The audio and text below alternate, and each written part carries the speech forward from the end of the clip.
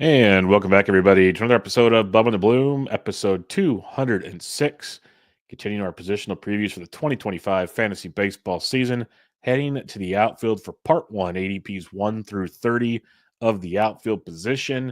We'll obviously get the rest of them to you next week or the week after, depending on what our schedule looks like, but you'll be getting them very, very shortly. Before we get to that, some housekeeping. You can find me on Twitter at BDentric, the podcast at Bubba Bloom Pod, and on Patreon at patreon.com/Bubba Bloom. And my co-host, as always, on the Twitter at Ryan BHQ. Ryan Bloomfield, how are we doing, my friend?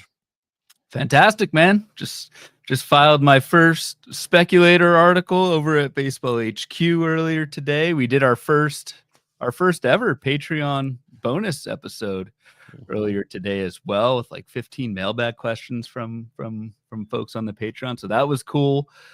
I got to heckle you from the chat room last night. Best of all, on your Beat Bubba OC. Yep. Don't want to side rail things, but how was that in the from your side? For me, it was awesome being in the chat and being able to heckle you with text. Ben did a great job too. But yeah, what'd you think? It was fun. It was obviously January 20th draft time, not ideal type thing, but it was fun to get in early. But hey, you get some values. I set some max picks on a handful of guys that I was pretty pumped on, some men's as well. Junior Caminero, looking at you. So it was fun to test the waters. Definitely a different strategy than I've ever done, waiting until round 9 for my first starting pitcher. I did have a relief pitcher in round 4, Devin Williams, let me clarify, but 7 bats in the first 8 picks. And in reality, I think the pitching turned out pretty good, all things considered. It was definitely different. Definitely different. But yeah, it was fun. Nick Anderson just jumped in the chat. He was drafting with us. That was great to see. He's a Bubba and the Bloomy. So it was good to have him in there and some other fun stuff. So yeah, it was a blast. I love doing the live streams. Ben helped a ton because it's nice to have someone to kind of occupy the dead air space when you're trying to get your bearings at times. Yeah. And that was a lot of fun, and the chat was popping. So it was good for a Monday night in January to get the I think it was the first real beat OC draft out there. Yours is Monday, so I've already heard who has one next Friday night, I believe. I think it's Friday night. There'll be another one getting announced, not us, but you guys better go beat that boy's ass is all I'm going to say, if that gives you any clue on who it is, because he loves to hear himself talk. If that helps you at all, loves to hear himself talk, and he can resuscitate you if you need to. So go get him on next Friday night.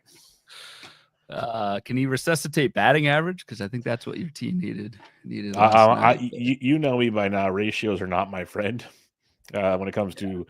That was one of my comments. You employed your famous whip strategy towards. It was better than what I usually do. Usually it's like a 1-3 to 1-4 whip. This thing on your sheet, your mighty sheet, 1-2-3. Yeah. Yep. Good.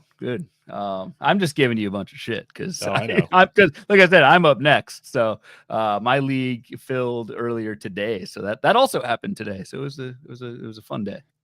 Yep. It was a blast. You're locked and loaded. You got the one of the previous overall champions in the OCs in your league, so that'll be fun for you as well. Yeah, fantastic. That'll be nice and easy.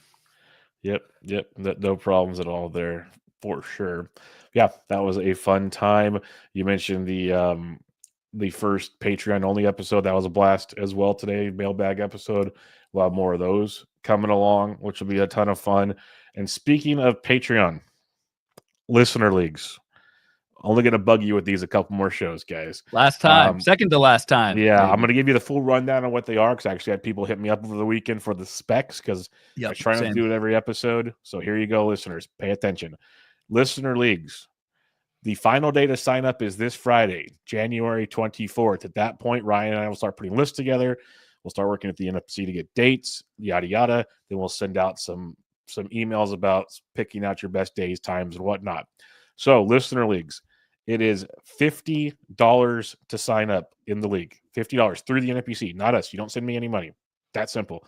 So your entry fee is $50. It's a 15-team auction format. So there will be a monetary prize for first, second, and third place based on how your league ends up. If you are a paid Patreon member, you get a guaranteed spot if you so choose to want one in the listener leagues. The only other way to get into listener leagues, besides being an awesome listener, because this is not promoted anywhere else except this show, unless someone else is doing it for fun. Thank you, I guess. But you have to be a free Patreon, and then we put you on the list. And if there's room, which there should be, you never know, but you'll get a shot. But you at least have to be a free or paid Patreon. Paid Patreon, guaranteed shot. Free Patreon, you're on the list. Should get in, but just in case it doesn't even out to 15 teams each, sorry. Every 15 teams that sign up will get a new league. Right now, we're at about 90. Did you say 95 entries when you said it? 100. Or 100 entries. Just say triple digits. Yeah, we have 100 signups already, which is mind-boggling, honestly. We had 4 leagues last year. We had 56 signups. Ryan and I were 4 signups, basically. We played in 2 leagues each. Yeah. Right now, there's 98 signups because we're only in 1 each. So that's pretty crazy. We're approaching 7 leagues right now, which is pretty cool. I think we'll get to at least 8, maybe 10 based on some things we're looking at there. So check that out. But again, you have to sign up by Friday, January 24th to get into 15-team, $50 entry auction formats. And by signing up, it's basically just let me or Bubba know, or email us if you're not on social media, BubbaBloomPod@gmail.com. We're just trying to, especially if you're a free Patreon member, we're just trying to get head counts to know how many leagues to actually make with the NFBC this week. So that's what we mean by signing up.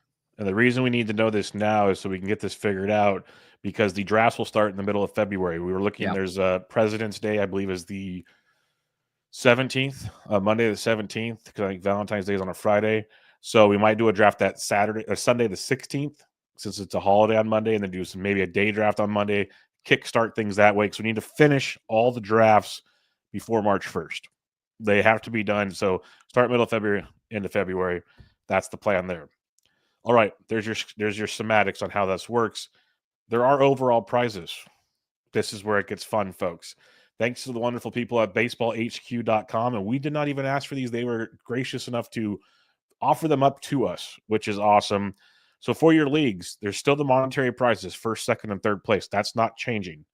But if you finish second place in your individual league, you get to be a part of the 2026 Baseball HQ Draft Prep subscription. It gives you full site access from mid-January through April. Pretty awesome gig there. If you win your league, 2026 full year subscription to Baseball HQ. Full, all access for a full year Baseball HQ.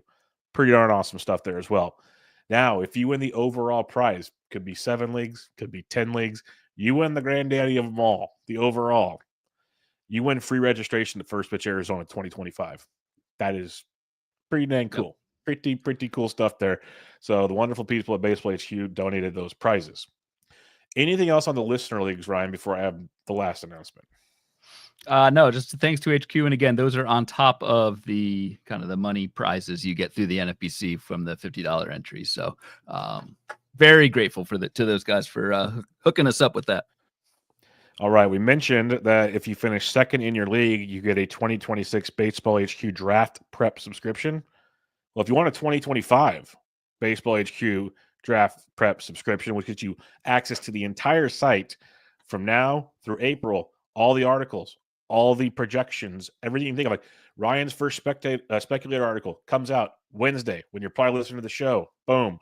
I just got my assignments for PT tomorrows. Those are going to be starting ramping up. Everyone's getting to work over at HQ to get you ready for your drafts and the start of the season. If you want to get the 2025 version of this, use promo code Bubba Bloom, all one word, BUBBA BLOOM, for $10 off the draft prep subscription. Ryan, what else you got for that?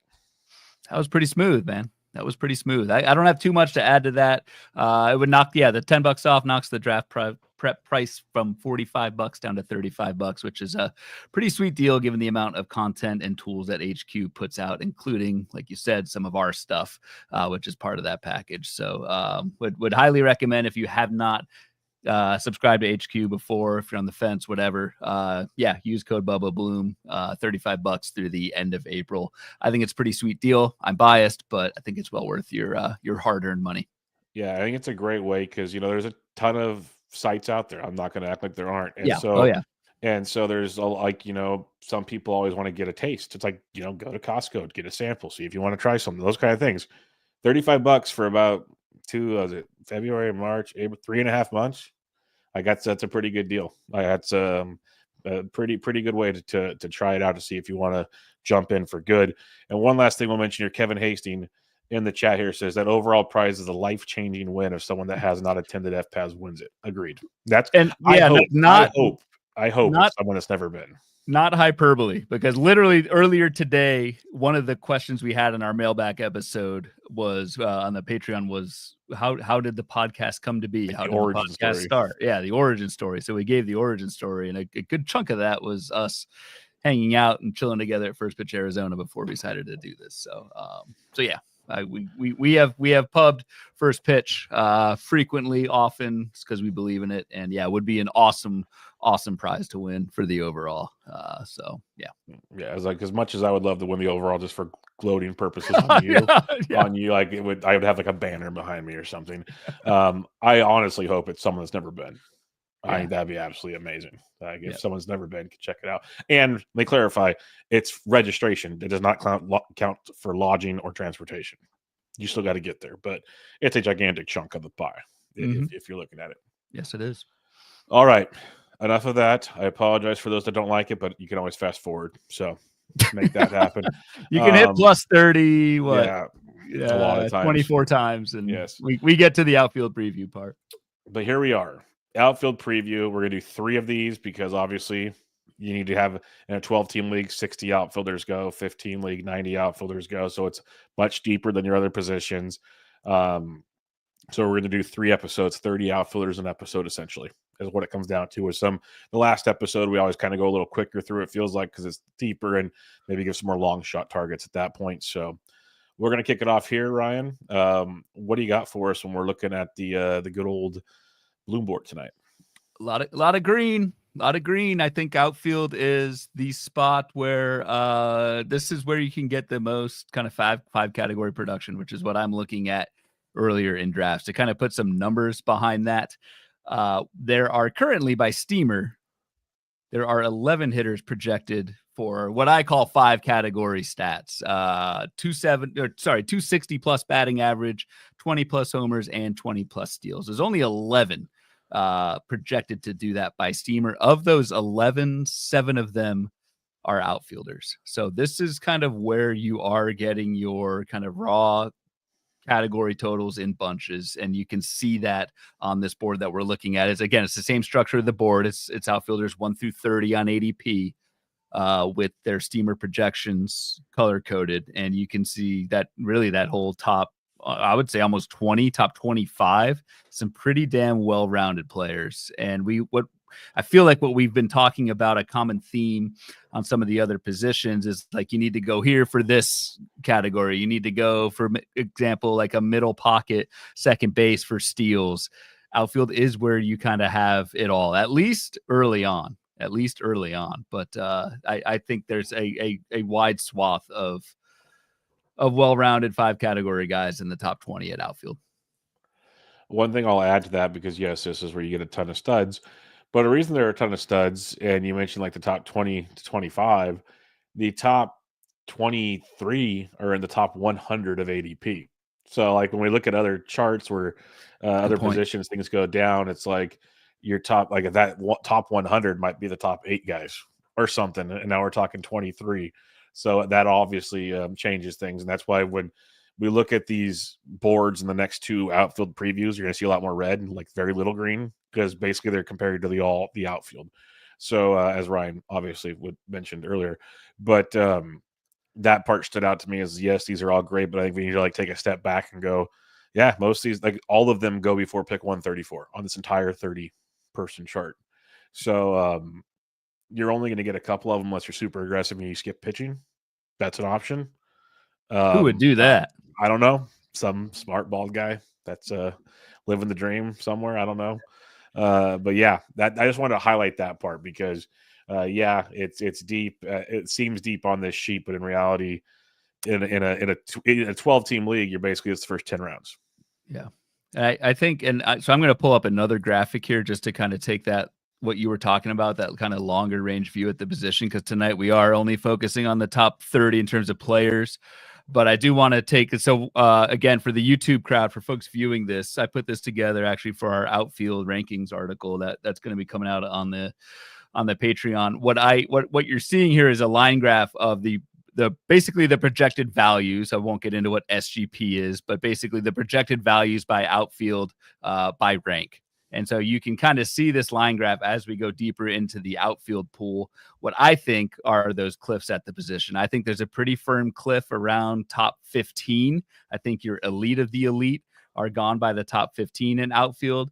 Mini cliff by about, and we'll get into this portion of the pool in the next episode on Thursday, around 30 to 35. There's another, I think, kind of drop in terms of projected value. And this is all projected by Steamer, which is on Fangraphs.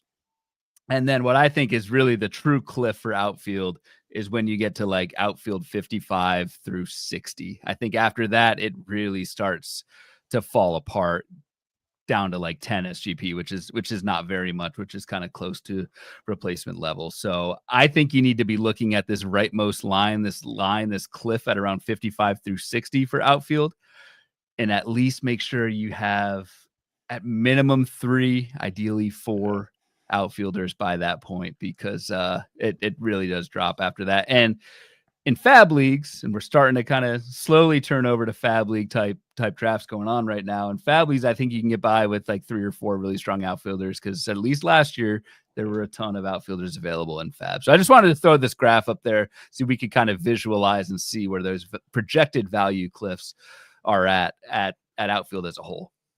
Yeah, and I like that last part you mentioned there about the fab leagues. That was one of my things I mentioned during the live stream on Monday, as cattywampus as things got for me, having to go super pitcher run Yellow Brick Road for a while there, because stuff happens. I flat out said like catcher 2 and 5th outfielder, we could fab that. We could do that. We've talked about it multiple times, especially the outfielders in a 12-team league. Like you can stream a lot of those throughout the season and live pretty well on that situation. So. One other thing I've noticed that Michael in the chat just pointed up, he tries to get 3 of the top 30 if possible. If not, the platooners creep up pretty fast, and I am seeing that as well. Platoons are around. If you haven't heard, in baseball and in outfield, it's very prevalent once you start to get deeper in the pool. Finding everyday playing time is tough. The players are still fine, especially the strong side platooners, but platooners and volume starts to become an issue as well. Yep, 100% agree. Great point by Michael.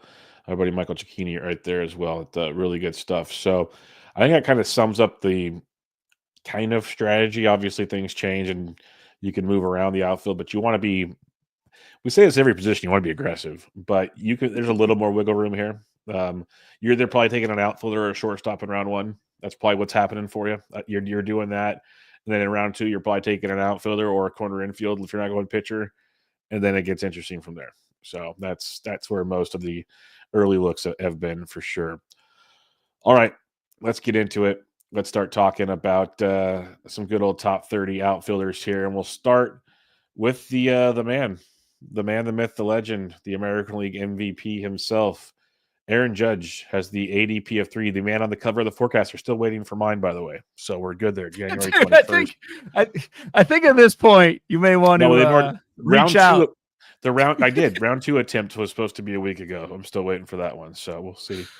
Will someone change the numbers on your house or something? I don't know. It's fun. Still waiting on that one. We'll see. Didn't come in today.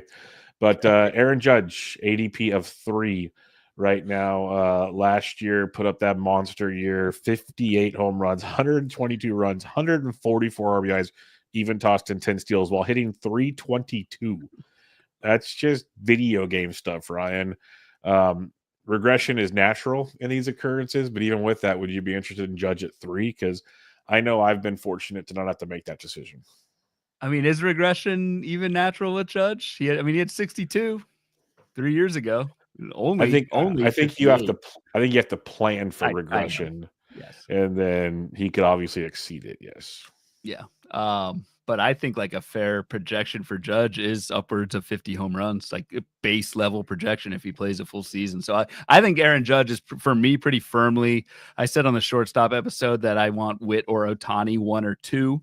and I don't really care that much between the two who I get. I think Judge is kind of his own mini tier at 3. I think that's the move to make. Judge gets a rap for being injury prone, and I guess it's yes, he has had injuries. It's more that the size of the man, and I guess now the age. This will be Aaron Judge's age 33 season, but I don't know, man. 3 of the last 4 seasons, 600 plus plate appearances. 2 of the last 3 with 690 plus plate appearances. This is the best 4 category hitter in the game. I think personally you're overthinking it if you don't take Aaron Judge number 3 overall this year. Yeah, I think you're correct. I think I can finally swallow the pride on that one and just go with it type scenario and see where things go. I don't have a whole lot to add on Aaron Judge. Dude's a absolute monster that outside of stealing 20 bags, which you get from a lot of these earlier outfielders, he's going to blow every other stat out of the water, basically, so you can figure out steals later. You can afford a Bryce Terang if you start with an Aaron Judge. Yeah, he will blow everything out of the water. You can go get an Xavier Edwards later if you want. Don't worry about it. Knock yourself out. Kyle Tucker, the dude, ADP of 8 last year, injury-riddled season because the Astros can't report jack squat. That was fun. He played 78 games, still hit 23 home runs and stole 11 bases while hitting 289. Consider that pretty good. All things, he walked more than he struck out percentage-wise last year, which is pretty good. It's Tony Gwynn type stuff. I still believe Tucker is a 30-30 talent. Projections have him 31-21. I think this guy is really, really good. Now he's going to Wrigley. That could be a good and a bad thing. Depends on how you look at it. Lineup's still very good in Chicago. Maybe not as good as Houston once was, but I'm not worried about that change. I still have a ton of Kyle Tucker shares right now. Yes, you do, including our current draft we're in together, which is a 12-team draft and hold. I had the 7th pick. You had the 5th, and I was certain I would get Kyle Tucker. Come on, like you would take J-Ram at 5, and then other people would take like Ellie or Gunnar Henderson or whatever, and I would get Tucker at 7. It was going to be beautiful. And then Jose Ramirez went 4th, and then the second I saw that, I knew you were taking Kyle Tucker 5th, and I expressed my dislike for your pick shortly thereafter. So that tells you all how much we love Kyle Tucker. I think he should be 5th overall behind J-Ram. It's kind of too bad that it's funny, like early in draft season, there was some thought like, is Kyle Tucker a first rounder kind of thing coming off that quote unquote down season, just a fluky injury, right? With the fractured shin. Too bad the market isn't really giving a discount on Kyle Tucker with an ADP of 8. I like him at 8. I like him at 5. So Kyle Tucker is awesome. He is that one where I talk about drafting balance in the first round. There's not too many more players that are more balanced than Kyle Tucker. He gives you all 5 categories. And again, that just gives you so much more flexibility as you go down the draft and fill out your team. So Kyle Tucker's really good. I'm not really concerned about the move to Wrigley. He's awesome. He's good. Yeah, I just looked. I've completed 10 drafts. If I want to count the one we're in now for 11 drafts, I have 4 Kyle Tucker shares, which is pretty impressive. That's a lot. Yeah, for that point. That's what I was clarifying. That's actually pretty big. Are you going to keep doing that, or? Yeah. Okay. Barring an injury, like we saw last year, like you said, that safety net that he brings in round 1, I'm just in love with that safety net. Basically, I would have J-Ram ahead of him, and I would have taken him in the draft we're in, but like J-Ram went 4, and if I got to go between Tucker and Ellie, everyone knows where I'm going in that conversation. The third outfielder off the board, Juan Soto, also has an ADP of 8 right now. Soto, now a member of the Mets, but last year in the Bronx, 41 homers, 125 runs, 109 RBIs with a 288 batting average. Batting average is always locked in there. Power's there. Just another consistent dude. He's basically, more power than Tucker a bit, but pretty similar. Just doesn't run as much as Tucker. But a lot of similarities between the two.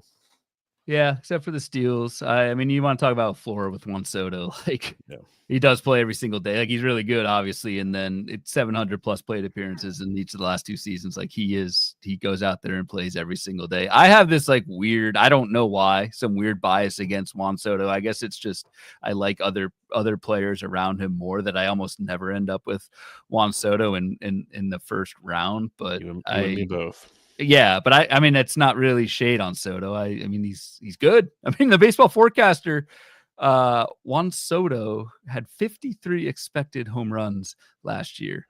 And Wow. that's all based on StatCast. And that's not the park. That's park neutral. So in Yankee Stadium, we are suggesting he could have had like upwards of 60. You could make the point that, or make the argument that Juan Soto was actually a little bit unlucky in home runs last year. So I think a definite step below Judge in terms of power, but Juan Soto, if you want to take him in the middle first round, I'm not gonna hate on that. Yeah, OBP league, he's a beast, And absolute yes, beast OBP in in those points, formats. he's right up there with Shohei, Judge, Yeah, he's and definitely towards the that's top. it. Yeah. Yep, he's up there. Now, the guy I pass on Soto for is Corbin Carroll, the Yeah. fourth outfielder off the board, ADP of 10. I just looked. I have him in 3 of my first 10 completed drafts. So it's either Carroll or Tucker, basically, in the first round for me right now, because most of my drafts have been in the back end. So that answers that question.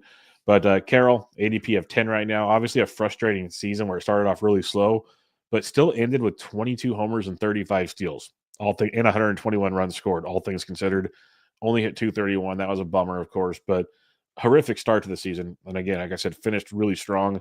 I'm buying into that finish. I'm buying back into Corbin Carroll. And this is a guy that he has the ability to be a top end of the first round pick, not a back end of the first round pick. So I like Tucker's got the floor that I can pretty much write down. I feel like Carroll, there is the floor is a little lower potentially, but that ceiling's even higher, I think. Yeah, the ceiling is potentially best fantasy player. I mean, he can steal 50 plus bases. He can hit 280, which is what he did in 2023. And for me, it's I think we can put the shoulder injury concerns in the rear view, at least for now, given the power that Corbin Carroll sustained over the second half of last year. It was those 20 home runs. It was 16 expected home runs. It was an 11% barrel rate. Like, the power is really good for Corbin Carroll. His age 24 season. Pretty wild batting average swing the last 2 seasons for Corbin Carroll, 285 in 2023 and then 231 last year. I am much more on the side of 285. I don't see how Corbin Carroll, given his speed and ground ball rate, how he has another like 260 BABIP like he had last year. I don't think that's like possible to happen again. So Corbin Carroll, yes, I am taking ahead of Juan Soto. I am also taking ahead of Fernando Tatis, who's our next guy at the same ADP. I think Carroll is awesome, and I agree with you. Even though I'd like to debate you as much as I can, it's Tucker and Carroll in this mid first round for me. Yep, and I backed it up with my money. I put my money where my mouth is when it came to those two guys already. You mentioned Fernando Tatis Jr. His ADP is 10 right there with Carroll as well. Coming off the year with only 102 games, 21 homers, 11 steals, hit 276. I've always been a huge fan of Tatis, but I passed on him last night with the 11th pick in the draft. I took J-Rod. We'll talk about him here pretty soon. The thing with Tatis for me, and again, I could just be foolish with this, but my first round, I kind of want some sort of floor. 102 games, 141, 130. Like, we haven't seen consistency there. And I kind of wanted, like, you see those game totals. Steamers got him for 150. ATC's got him for 146. Like, they're both projecting him for career highs in games played, which, okay, fine. You can't predict injuries, but prove it to me type thing. And then a first round pick is tough for me to do, Ryan. Plus, if you do believe in projections, if you want to believe in the games, they all have him stealing. Like, when he's doing 25, 29 bags, that was great. They all have him below 20 steals. So, right. And that's with the career high and playing time, like exactly. you said. So exactly. So what's your thoughts on Tatis? Yeah. I mean, of any hitter in the first round, Fernando Tatis is the one I like the least. For the reasons you mentioned, that the health still scares me. We haven't had a first round season from Fernando Tatis since 2021. I mean, this will be 4 years. And so the consistency hasn't been there. The talent, sure, the talent's elite. This is a guy who was like a top 2 overall fantasy player around the COVID years. So like, that could come back. I wouldn't be surprised if it did, but the consistency has not been there. And that's what I want in a first round pick.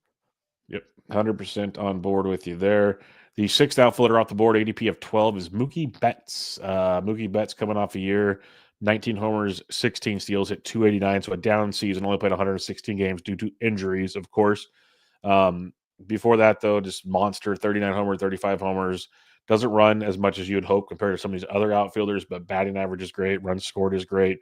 Like I admit, he's just a weird one for me. We talk about him all the time. I know you like Betts. I struggle liking Betts. Where do you sit here as an ADP of 12 on Mookie Betts? I mean, I expressed my love for Mookie in the shortstop episode, so I won't continue drooling over him. But I just think the batting, I'm taking the over on Steamer's 278 batting average projection. I think Betts is like a 290 hitter, and it's 700 plate appearances of a 290 hitter in that lineup where he could score 120 plus runs again like he did in 2023. I'm worried about the power. I don't think we see another 30 home run season from Mookie Betts like he did in 22 and 23, but there's still enough pop for upper 20s. I think he can still steal. I mean, he stole 16 last year in a partial season. I think he can get back up to 20 steals. Shortstop outfield eligibility. He is a target of mine if I don't get Carroll or Tucker in that first round. Yeah, I really think we beer betted him, right? Maybe we really need to do a Mookie Betts. Maybe we did. Show. I think we really need to do a debate show with like these other guys all around him. I'll take a number of these guys going before and after him. Like Lindor versus Mookie. Yeah, I took Lindor. That's right. And I'll take some of these other guys too if you want to go there. I'll take J-Rod if you'd like as well. If you want to double down on that one. Julio Rodriguez, ADP of 14. Coming off some again considered down year, still 20 homers and 24 steals compared to Mookie's 18 steals, 273 average for J-Rod. He's hit at least 273 in all 3 seasons. He's hit at least 20 home runs. On a down season, he still put up a 20-20 years. I'm trying to say he's gone 20-20 in all 3 years, including one 30-30 season, and that's age 21, 22, and 23. He's going to be 24 years old. Finished the year on a little bit of a heater, so hopefully. It seemed like he was playing hurt a lot last year. I remember that quite a bit. There were some nagging injuries with J-Rod. I took him at pick 11 over Tatis in the OC I was in, and projections have him for a near 30-30 season once again with a solid batting average. And I believe it. Like I know that's a bad ballpark to hit in, but he's already proven he can do it a couple times. So I love J-Rod, and I'm not giving up on him just yet because of one down season at age 23. No way. Yeah, agreed. I think the second half stolen base plunge was because he had a pretty bad ankle injury in July. Really did not run that much in the second half. However, in the second half, the power bounced all the way back. The track record at like you said, at Julio's age is unmatched. I think you're getting a 30-30 guy with good batting average at the end of the first round in a 15-teamer or early second round in a 12. Like if I get a late pick and beat the bloom on Monday night, I am looking at Julio in that second round wraparound. I think that's a smash. So Julio's really good. There's not many people who have the track record that Julio has at his age. It's crazy. Yeah, even if he's down, he's going to get you 20-20, which you'll take out of a down season. So I'm there for that. And then Jackson Chourio, ADP of 18. I was hoping I was doing the J-Rod Chourio wrap at 11 and then 2.2. Nah, he went to start round 2. He went right before me. I was so looking forward to that combination because I do believe Jackson Chourio is a first-round pick next year. I know it's not saying a lot with an ADP of 18, but I think it's the 30-30 guy that has 40. Like, this is the next Acuna. I have said it before on other shows. Like, he's got the skill set. He's still 21 years old. Like, I don't know if it happens this year, but it's going to happen sooner than later. Last year at 21 homers and 22 steals in 148 games, hitting 275 in his first season at age 20 in Major League Baseball. That is insane. Absolutely ridiculous. After going 22 and 44 at age 19 in the minor leagues the year before. Projected also, his projections are almost the same as Julio's, which are crazy. So I was so looking forward to a Julio Chourio 1-2 start and just being like, yep, we're good in steals. We're getting everything right now. Let's just walk away. I probably would have taken a picture in round 3. Let's put it that way. But we didn't have to go there. I love Chourio. I've talked about him on a lot of shows about him, but I think 18 is too low. What? I'd take him over Tatis right now. I would too. You take him over Betts too. Yes, I would. I know that. It's just crazy. Remember when we drafted our meatball draft back in August? We were like, are we ready for a third round Jackson Chourio? And everyone was like, whoa, that's crazy. And then it's like, are we ready for a second round Jackson Chourio? And it's like, that's kind of where we're at now. I wouldn't be surprised, like you were saying, if Chourio even moves up to that first round, second round wheel in a 15-teamer, which is wild because this is where I need to adapt, Bubba. This is where I need to learn from you and adapt, because I can make the case that Jackson Chourio, you're projecting someone to do what he has not done before. Steamer's projecting 8 more home runs and 5 more steals than he had last year. I don't like taking players where they have to do something they've never done before. However, like you said, he was 20 years old last year. What else can he do? I mean, he had 1 year to prove it, and he did it. So if you want to go Chourio, it's not the type of pick I make. I don't know if I can do it at a top 20 price, but I certainly, like, you, if you want to say next to Cunha, whatever, like top 5 overall fantasy player next year, I would not be surprised one bit if it's Jackson Chourio. Michael Cicchini in the chat. Dang, love Chourio, but that's some Tatis slander. Hey, we can't love all these guys. It gets boring if we just say all these guys are good. So. Yeah, I let my feelings reign true, and I back it up. So next guy, Yordan Alvarez. Chourio's already had, sorry to interrupt, I think Chourio has already had more plate appearances last year than Tatis has had in the last 2 years. If not, I don't have it. No, like in the last 5. I don't have the Tatis in front of me, but oh no, he's done more. He had 140 games 2 years ago. How many plate appearances? Oh, I thought you mean combined in the last 5 years. Like that's not even possible. No.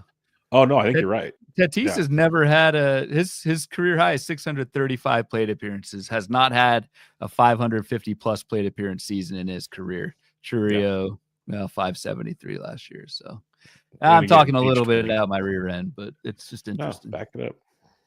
Preach. All right.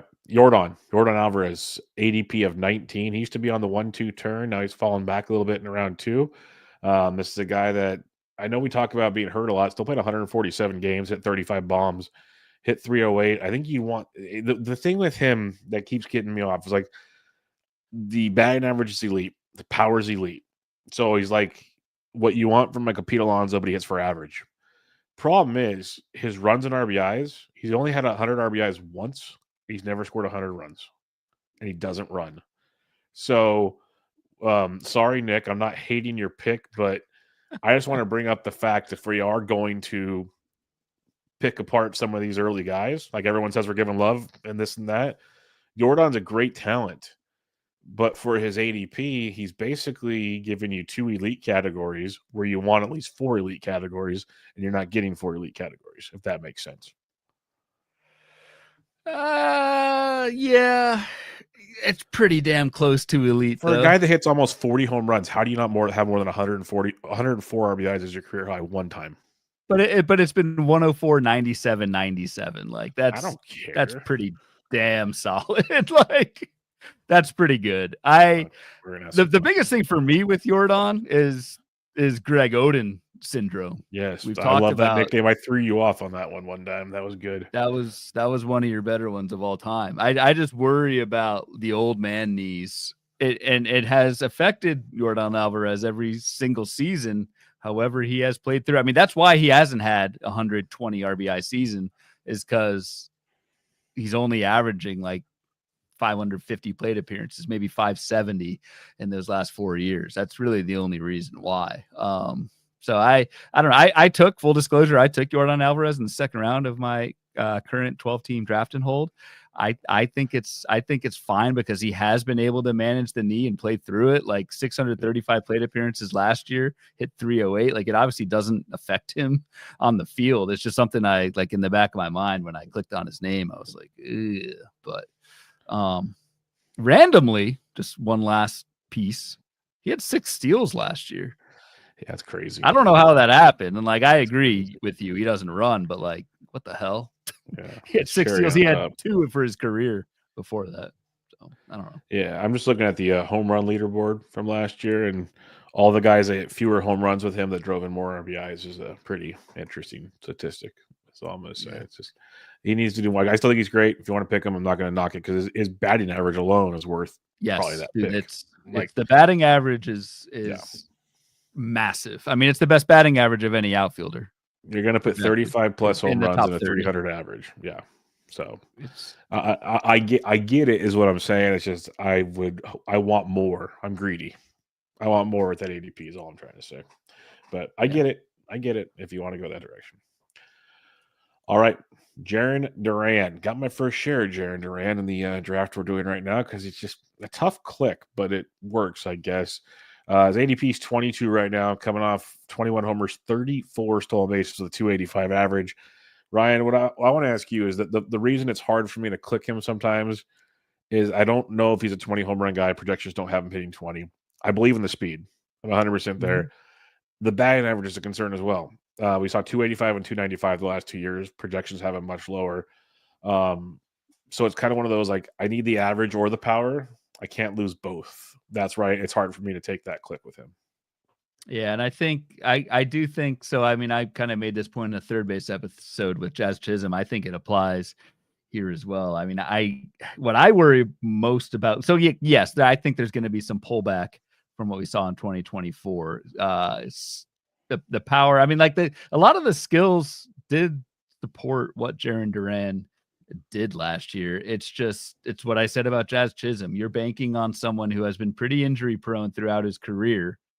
He's not young anymore. This is Jarren Duran's age 28 season, and you're banking on him doing that again and paying a record high price to do it. I mean, that's basically the equation with Jazz Chisholm. And if Jazz and Jarren Duran simply just do what they did last year, get close to it, this price is awesome. But I look at Jarren Duran's plate appearances the last 3 seasons. This includes minor leagues. 386 in 2021, 528, and then 412. And then all of a sudden 735 last year. Like that's a monster plate appearance total that Jarren Duran has never even gotten close to before in his career. So I just worry, are we out of the woods with Jarren Duran from an injury standpoint? And I think at a, what's his 22 ADP, I think that's a valid critique to make. Yeah, I got him at pick 29 in our NFBC 50. So no, he fell at that point in round 3. I'll go there. It's like we kind of talked about it before the show and talked about our teams here. It's like if I'm looking for speed after Duran, it's a lot of yellow brick road and some questionable situations. Like the guy I could have taken instead of him would be Wyatt Langford if I want to push him up. We'll talk about him in a second.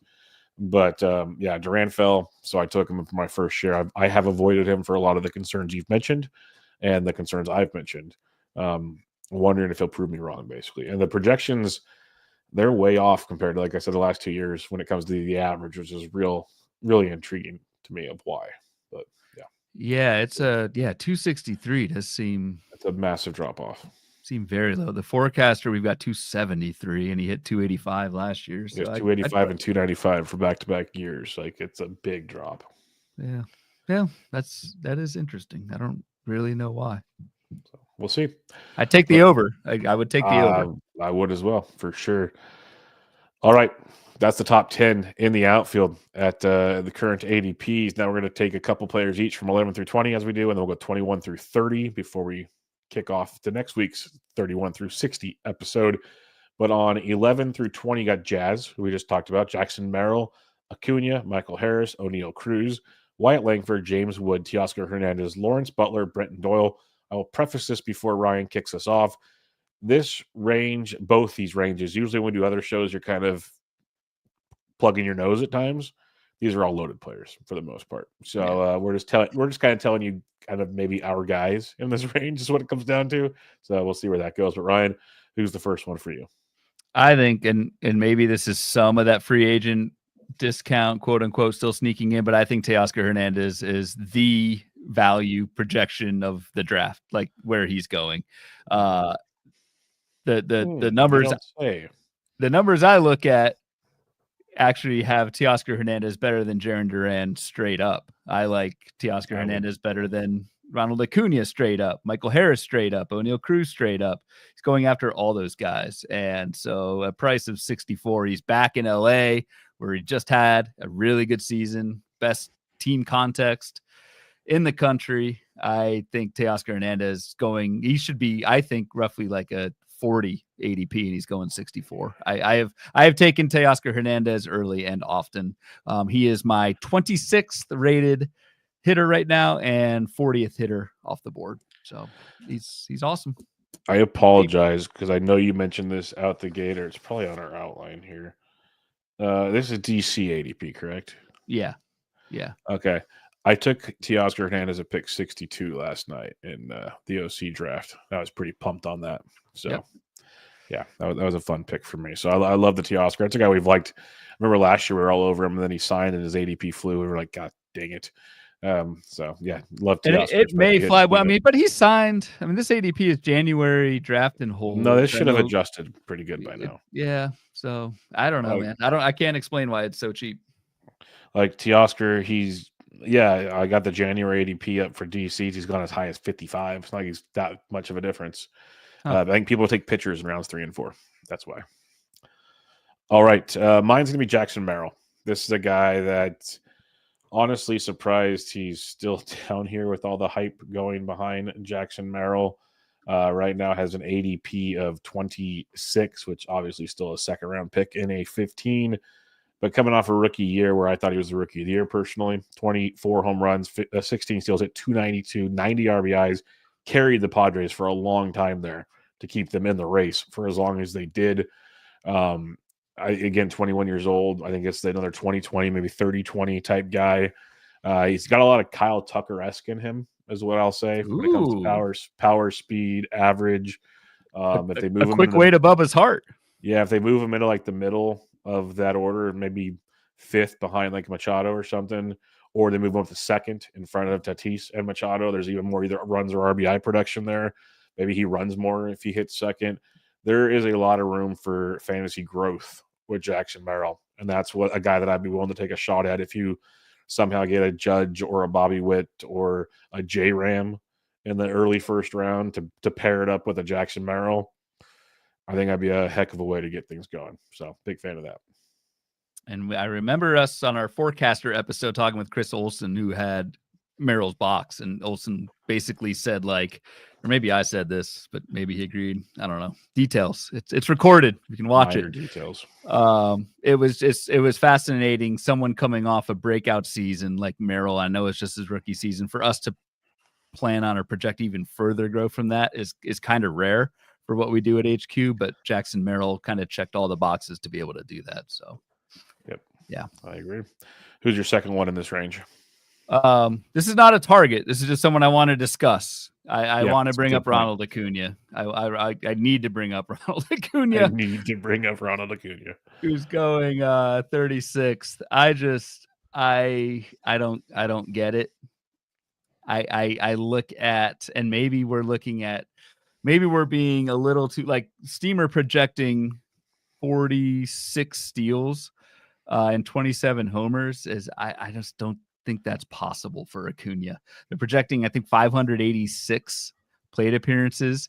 I've got this rankings projections tool that I'm very shortly, once the bat comes out, any day, Derek Carty, any day now. Once this comes out, I'm releasing this projections tool that has rankings and whatnot, but you can adjust the playing time and kind of instantly see what happens to these players' values. Right now, at the Steamer provided projection of upper 500 plate appearances, which I don't think Ronald Acuna can get. He's like a mid $30 player, which is really good and worth the ADP. If I drop him down to like 500 plate appearances, which I think is a little bit more accurate, drops down to like the low 20s, and I think that's the most realistic outcome for Ronald Acuna. And I just can't get behind a top 40 pick for someone who is at least missing the first month of the season from everything I've read and seen, and potentially longer. So I don't get the playing time projection for Acuna. And I think that's probably driving the early price. You mean you didn't see him taking batting practice on the backfield and in his hometown hitting bombs? You didn't see that? I did see that. It was cool. It was cool. It was fun to watch, but no. Yeah, I'm with you. I think the projections are nuts. The steals, even as SFO Sox fans says the same thing. Like 46 steals seems bananas on that knee, and quite possibly not a full season. Yeah, like we're all on the same page. I'm with you there. I guess the question I'll have for you, I'll flip it back since it is a discussion. I'm glad you brought it up because he is worth discussing, being the former number one pick and the injury and whatnot. I know you and I, there's probably no correct answer because we don't take injured players. Where do you think is a proper ADP for him, not at 36? So I'll take a numbers driven approach to this, of course. He is, if I knock him down to 500, I would say that puts him the 15th overall hitter. No, it doesn't make sense. No. Yeah, let me double check that. I think I probably wouldn't take Acuna until 50, 60. Okay. Maybe So even close to would you Teoscar. I would take Teoscar over Acuna, no doubt. But like once you get to Lawrence Butler, Brenton Doyle, and then there's a gap to Seiya Suzuki, I think that's probably where I'd consider it. But I don't. It'll never happen. But yes. That won't happen. That won't happen. Yeah, I'm with you there. All right, my second guy here is Wyatt Langford. Mentioned we talk about him later. ADP of 47 right now. When it comes to Langford, 16 homers, 19 steals, hit 253, and honestly, that's pretty good season considering how horrific the start was. Then the injury when it came to Langford.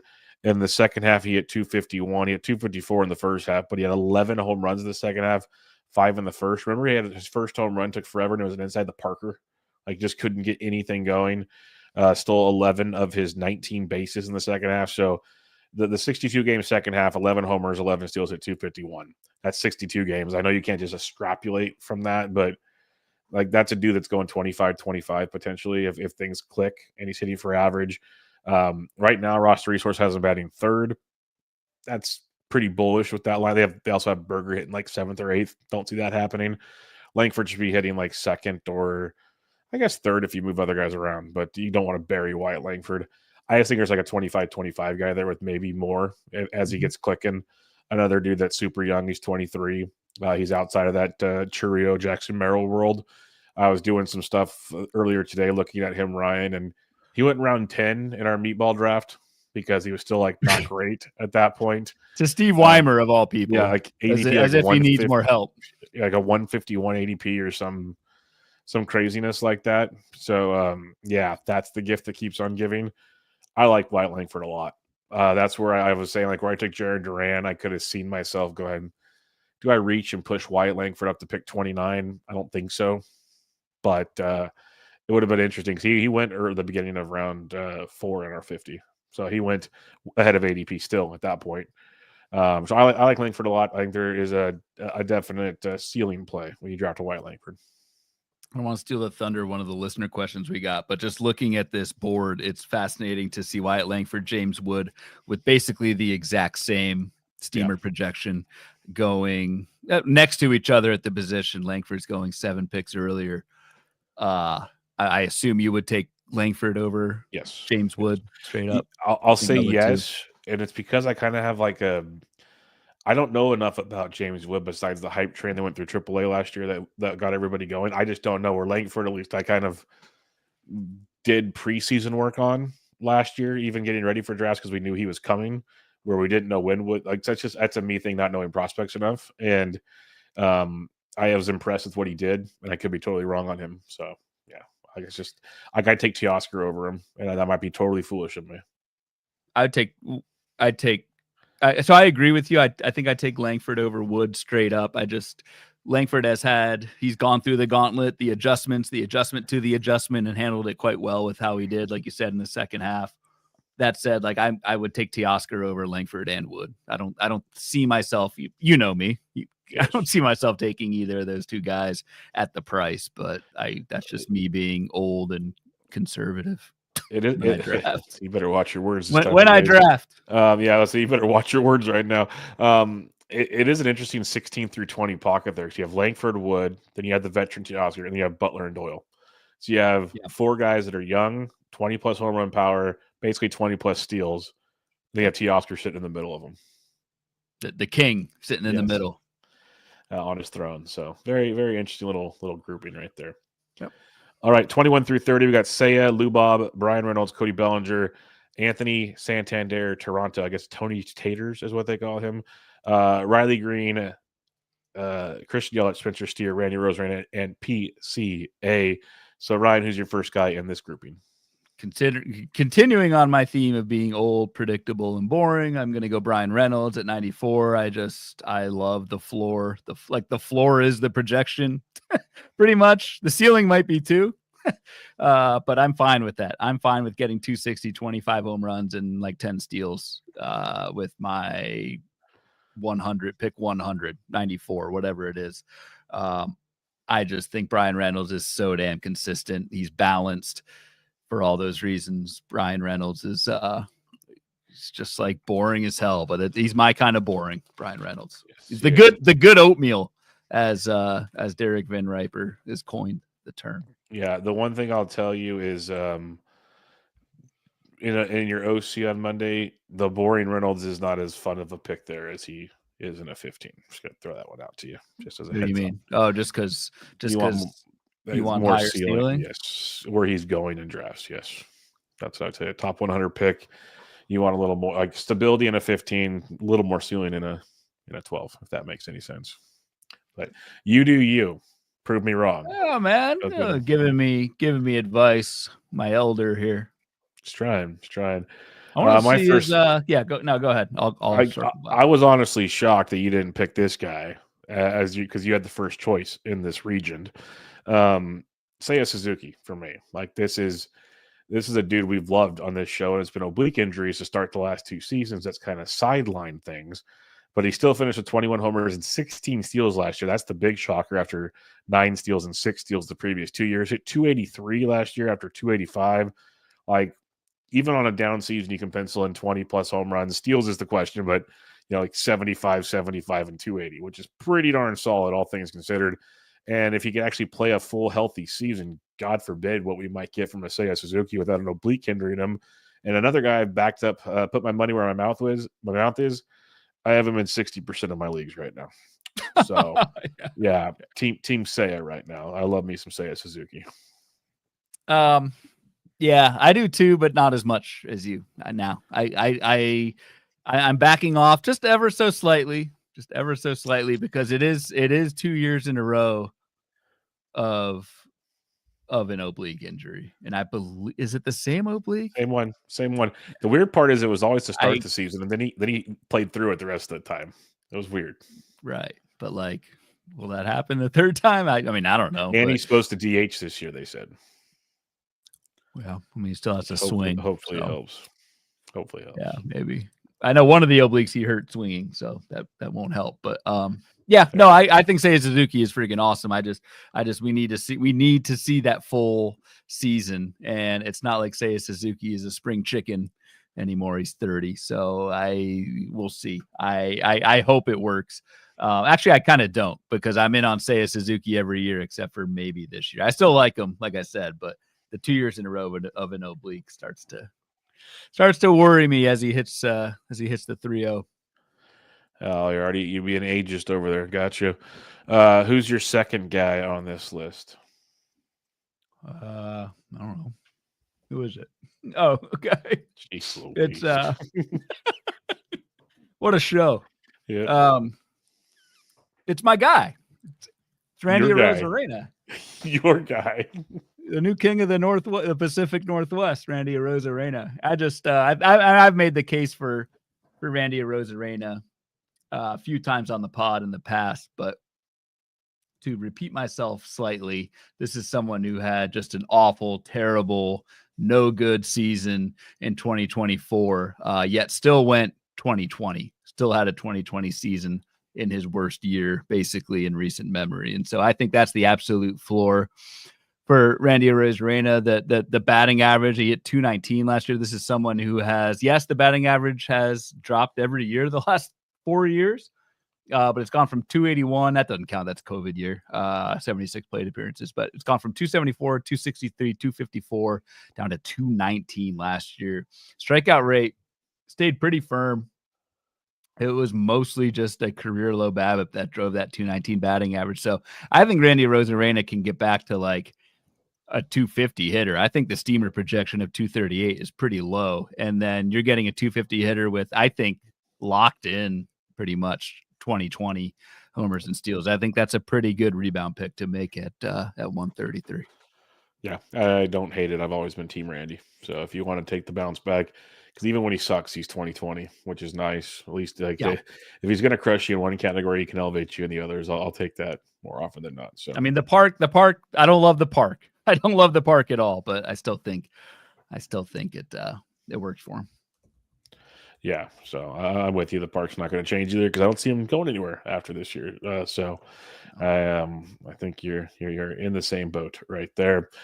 All right, for me now, this is where it got tricky. Like, what do I want to take in this range? And it is an injury concern. I'm not going to knock it, but Christian Yelich at 116.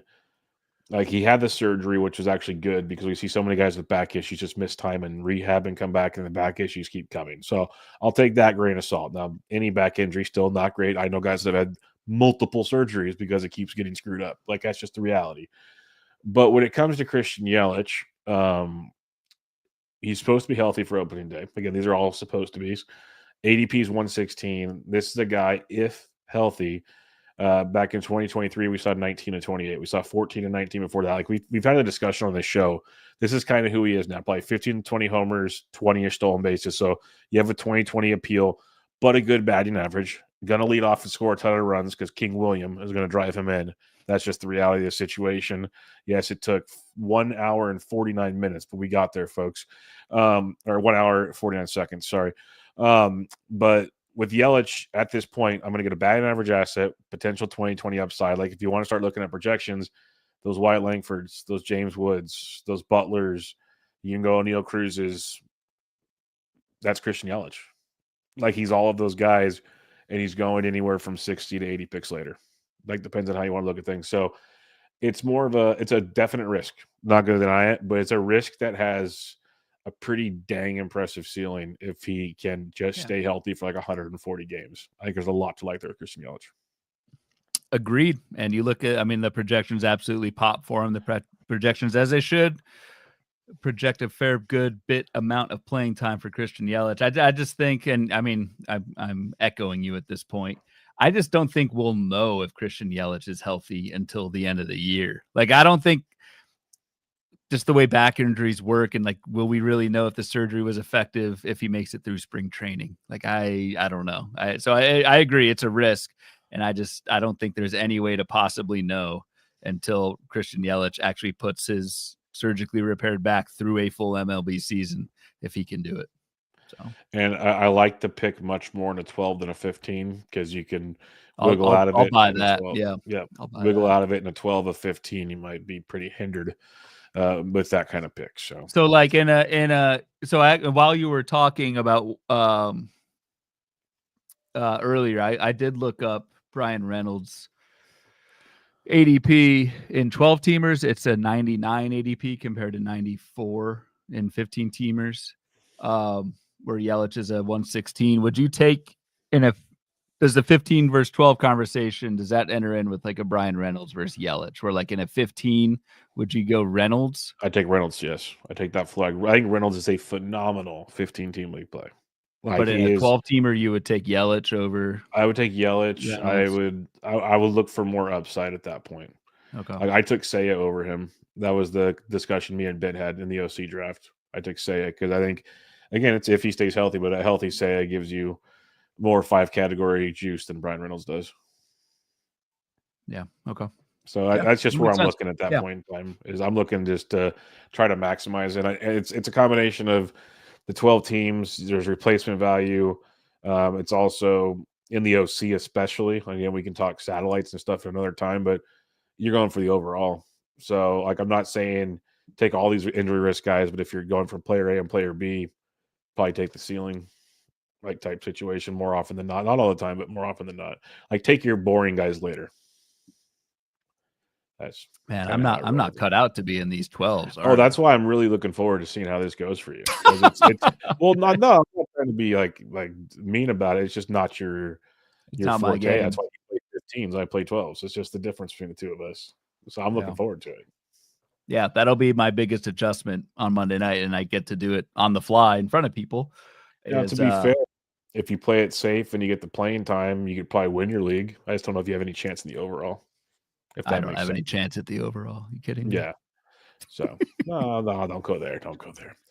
All right. Any final thoughts on the top 30 here? We'll give a full position thought, in a couple episodes, but Yeah. any thoughts on the top 30? It's pretty No, stacked. I think you covered it well. It's pretty stacked, but you also need a bunch of them. So that's why there are so many of these guys going. I think it is valuable for your own prep, focus as much on the guys you like as the guys you don't like, and kind of eliminate some of those guys. Like that's kind of the reason why I brought up Acuna. I think that's a valuable exercise to go and do at outfield, especially early on, is eliminate the guys you don't want versus the other way around, because there are plenty of good options, well-balanced options here at the top, as there pretty much is every year. 100% agree. All right, let's get to listener questions. We have a bunch. We have a couple on the old Twitter app, and we have a ton in the Patreon Discord, which has been great for the shows. First on Twitter, we'll start with our buddy Joe Arico, who is in the Patreon. He just basically makes a statement: Steamer will pay for its crimes against Seiya. I agree, my friend. I agree. Yeah, that was funny. I like that one. Our big buddy, Big John Stud, John Legasa, says overall outfield depth becomes a driving factor in draft strategy, especially in 15-teamers. What's your assessment of the position compared to last year? You kind of showed the graph, and I'll stop there. But what else? What's your assessment? Yeah, no, I just to kind of reiterate the graph from earlier in the episode. I think it's important to know where those cliffs are at the position. I think too many cliffs around outfield 15, and then outfield like 35, and then it goes to hell around 55 or 60. So take that information as you will with how many outfielders you want to get, especially before that outfield 55 through 60 group that we'll talk about. We'll dive deeper into next week.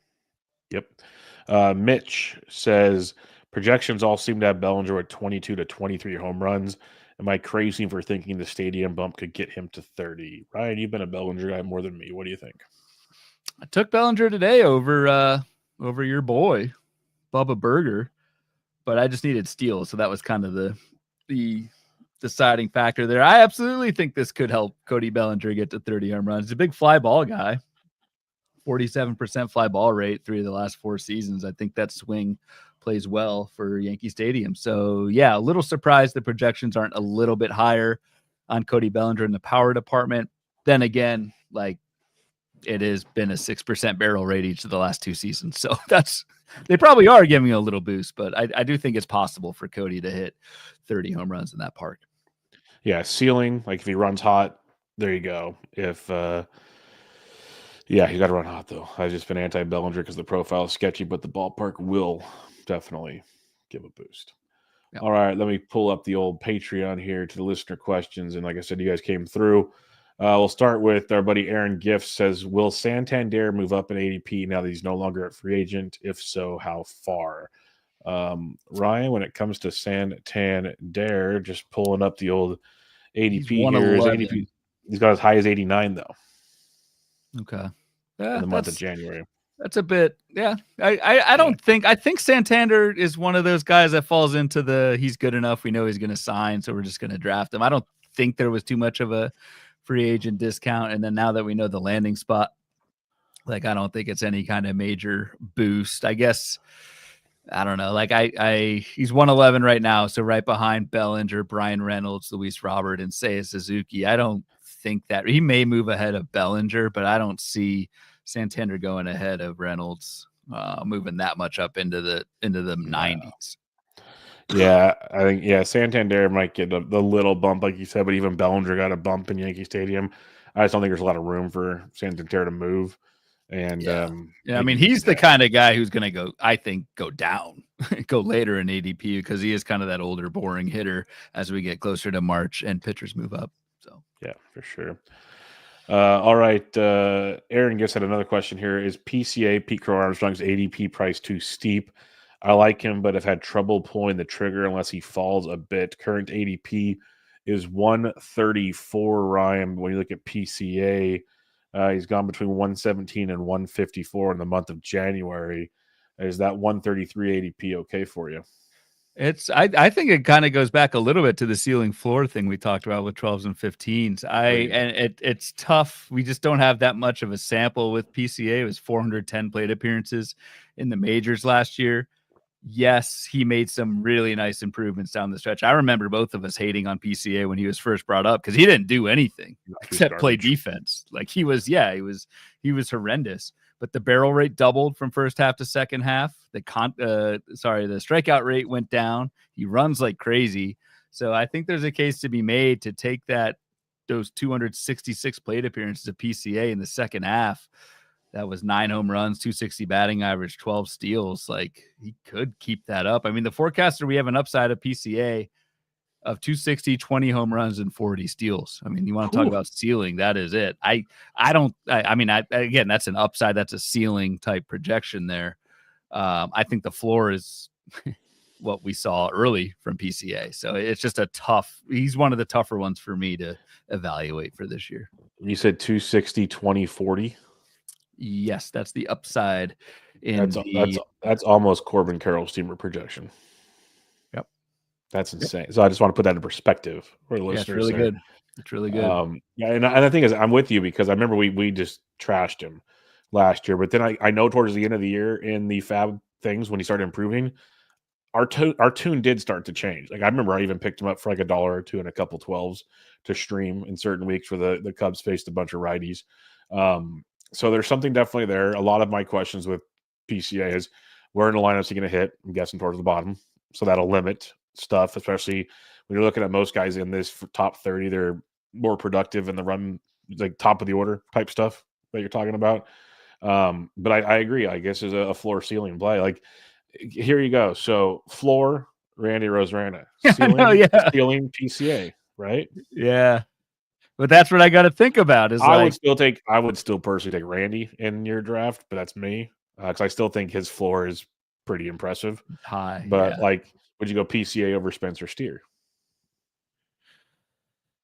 I don't know, man. But these are where probably not. But yeah, it's a really good question, and we've got. I mean, you want to kind of dive in what changed with PCA down the stretch, and we do have amidst a whirlwind of Uncle Ted chats in here. He is saying that PCA lost his leg kick at some point. Don't be scared to jump in. Everybody else is just Uncle Ted. That's right. There was a loss of a leg kick, so I might want to look at that and see when that happened. But I don't know. It's like I said, he is one of the tougher ones for me to figure out this year. It's okay. Uncle Ted was preaching about him when he sucked too. Ben Ted had to correct you on something. Sean Chard in the chat. I believe he's drafting with you on Monday night. What it did correct me on. You put outfield review part 1. He corrected you and said preview part 1 just because he was being hilarious. Sean Chard says James Wood and Wyatt Langford always seem to go within a couple picks of each other in drafts. I've done an invariable order. Which are you higher on this year? So yeah, we kind of covered that, right? I think we both said Langford. But I also said Teoscar over both of them. So yeah, I got Langford for sure. That just could be a blind spot for me with Wood. I agree the talent's there. I will just fully open agree that I don't have a feel for him like I do in a bunch of other players we talk about. I just don't. Derek says when Brent Rooker regains outfield eligibility, where would he slot in among the group? Thoughts on his current ADP and how much that would change if there was clarity on outfield playing time. So when you're looking at Brent Rooker right now, because he's util only in NFBC formats, I forgot I'm on outfield only right now. Let's change that bad boy. Around Lawrence Butler, it's an ADP of 73. There you go. That's I don't see it going too much higher if you got outfield. Honestly, that's already pretty steep as it is, and I like him a lot. You think he's 73? You think he'd move up? Well, it's 5 picks. Like, does he jump Teoscar? Wow. No, his stats are better. His stats are better, dude. Like, honestly, look at him. His stats are better. What are you talking about? His stats last year were better. That's true. Well, the discussion. Well, he's had 30 plus home runs back to back years. Just 11 bags last year. Yeah. Better park this year. I think we all agree like the batting average is coming down, but we agree the power is legit. So the batting average comes down, and the power is legit. He is Teoscar Hernandez. Yeah. Maybe that's a little bit of speed. It's a good point. Point taken. Point taken. So yeah, maybe Brent Rooker does move up to like a 60 ADP from where he's currently at, which kind of makes sense because it does kind of suck to have Brent Rooker as utility only. Yep. So yeah, I think he could move up around Teoscar ADP. I'll go with that. And Oakland is whispering that they're going to move him back to the outfield with the leg injury last year. So if they do, it's still whispers. Nothing's for sure. But if they do, you draft them accordingly, basically, is what this whole discussion was for. Yep. Our buddy GP Churchill says Nimmo's AAV of $5 make it make sense. Yeah, we will in the future. I'm gonna punt on that one. I haven't looked into Nimmo. We'll get to him. Nimmo's next week. Or next the week, preview maybe part the 2 week is Thursday. after. It might be Thursday. We'll see. Okay. Yeah. We got some moving parts. It'll either be Thursday or Tuesday. It'll be one of the two, depending on what we're doing here. We got some options. Our buddy BP at Futures_Bets says chances Wyatt Langford out homers everybody on the left side of the sheet except Judge and Alvarez. Wow. Wyatt, is that you? So basically hits 30 or more home runs is what it comes down to. I don't think so, no. No. I mean, really it has to hit 35, 40. Yeah, I like him a lot, but I don't know if we get that much. Yeah, I mean, the power was pretty damn good in the minors, so it could happen. But no, I think the allure with Langford is more the 5 category balance than it is like an elite power, at least in his sophomore season. Yep. Our buddy Lucas Bury says, which outfielder going in the top 30 overall of ADP is the most likely to totally bust? That's a really good question. I will go, just to bring up someone new that we haven't really talked about, I'll go with Brenton Doyle. That's fair. Brenton Doyle. The way of Nolan Jones. The way of, I mean, that's the easy comp because same team, same kind of rise. But you look at everything Brenton Doyle did last year, it looks great. You take the wider view of his career arc, the higher they rise, the harder they fall sometimes. So I'll go with Brenton Doyle with an honorable mention, Lawrence Butler, which may make some waves, but I know you like Butler, but I'll go Butler. Wow, we might have to talk about this podcast future. Well, you want to make waves? So did he say not in the top 30 next year? Butler's fine. I'll say Doyle. I like the Doyle. You'd probably say Bellinger. No, that's my usual pick. What about Lubob? I was gonna say Ronald Acuna Jr. Oh, okay. Wow. What if the knee just doesn't come back the way it's supposed to? Like he might still play half a season, 3/4 of a season, but to the production of a first round top 30 pick, maybe not. So I'll go Ronald Acuna Jr. Just to really, you want to get some waves, I'll go Ronald Acuna Jr. on this one. Hey, what do you think about Lubob in a 12, 93 overall? I'm intrigued. I'm fine with it because it's a former top 2 round pick when we're talking about it. The power is still there. Speed should be there. He's hit for average most of his career outside of a hiccup. That's why honestly the 244 projection average is kind of surprising when it comes to Lubob. It's a lot of team context in that one. And hopefully he gets traded and then you're really sitting pretty. So I think he is another very interesting 12-team play. Because there is a ceiling, there is a massive floor, but there is a ceiling with Lubob. Yeah. That is a 30-30 dude. Michael says, how dare you, Ryan? LOL. I'm assuming that's about my quip on Lawrence Butler. I take that back. Apologies. Yes. Apologies. Never was said. Strike it from the record. Lawrence Butler's fine. All right. Martin Sokolsky says, is this the year J-Rod puts together a complete season from start to finish and finally realizes the value that we saw in his rookie season? I pray to God the answer is yes. I mean, if it's yes, it's a 40-40 season. Yep. And like at least. I'm all about that life. Like hitting 290, 40-40 with 200 runs and RBIs at least. He's shown 30-30 seasons with partial seasons. So I don't know if this is the year that it happens, but it certainly could be. J-Rod is still a young buck. Yep. And the last question we have from our buddy Michael Cicchini in the Discord here. The inverse to Lucas's question: name a post 30 outfielder or two who can jump into the top 15 next year. I'm going to say we save that for next week's episode or the next episode when we start talking post 30 guys. Does that work? Works for me. Yeah, we'll save that one and we'll bring that one back, Michael. But I did not ignore you. is what I was trying to put across there. We never would ignore Michael. He's the man. One of our more loyal folks out there. We appreciate you, man. Yeah, and then this was earlier, and there was a lot of discussion in the YouTube chat about this, but I want to get your thoughts from Kevin Hastings. How about Yordan versus Soto? Soto projects for more runs and a handful more steals. Yordan 20 points of batting average and a few more RBIs. Soto. I mean, yeah Soto. I just think the floor with Soto is a lot better than the floor with Yordan with the knees. So I'll go Soto. I'm with you as well.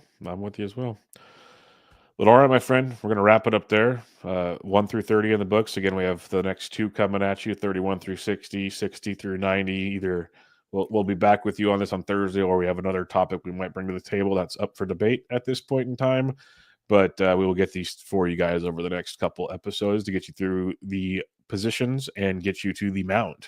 When we'll start talking pitching after that. And before you know it, we'll be doing pockets of ADP and, God, all kinds of fun stuff. Like it's close. Pitchers and catchers report in like 3 weeks.